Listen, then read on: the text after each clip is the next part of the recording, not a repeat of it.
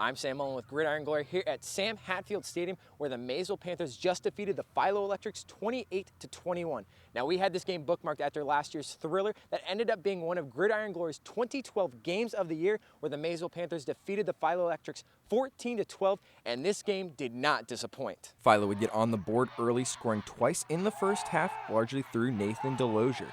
Delosier had 91 yards and a touchdown in the first half, but would have to leave the game in the second quarter with a left knee injury and would not return.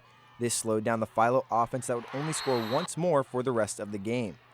As for Maysville, they would score first, but would be held in check until a drive late in the second quarter that ended with a fumble. However, Coach Clark said this gave the team confidence for the second half, and after some halftime adjustments, success came for the Panthers. Coach Clark wanted quarterback Jacob Miller to start running the ball, and he did. The first drive of the second half was sparked by two 21-yard rushes by Miller, who finished with 53 yards on the game. Now, Eli Chambers was sidelined this week and will be for the rest of the season with a broken ankle. But between Jordan Hayes, C.J. Harris, and Chase Roberts, the rushing game for the Panthers moved the ball as they combined for 193 yards on the ground. Now, the end of the game was a thriller. With the score tied at 21 and Maysville driving, Miller found wide receiver Judd Mervine on a 3rd and 11, who would break a tackle and find the end zone 28-21 Panthers. Philo's next drive would only last 2 plays as quarterback Zach Sheridan's pass would be tipped right into the hands of Jordan Hayes. But that wouldn't be Philo's last chance.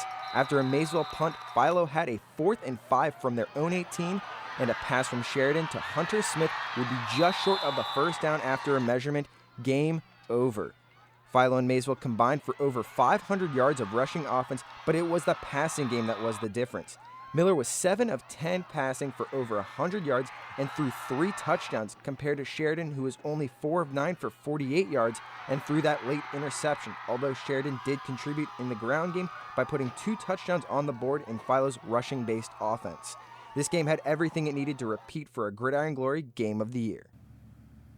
Maysville's now 3-0 both overall and inside the conference, putting them atop the MVL standings. As for Philo, they're 2-1 overall, 1-1 inside the conference. Maysville will be home next week to take on West Muskingum. West Muskingum is looking to bounce back after a tough loss against John Glenn this week. As for Philo, they'll be going to Riverview to take on the Black Bears. For Gridiron Glory, I'm Sam Mullen.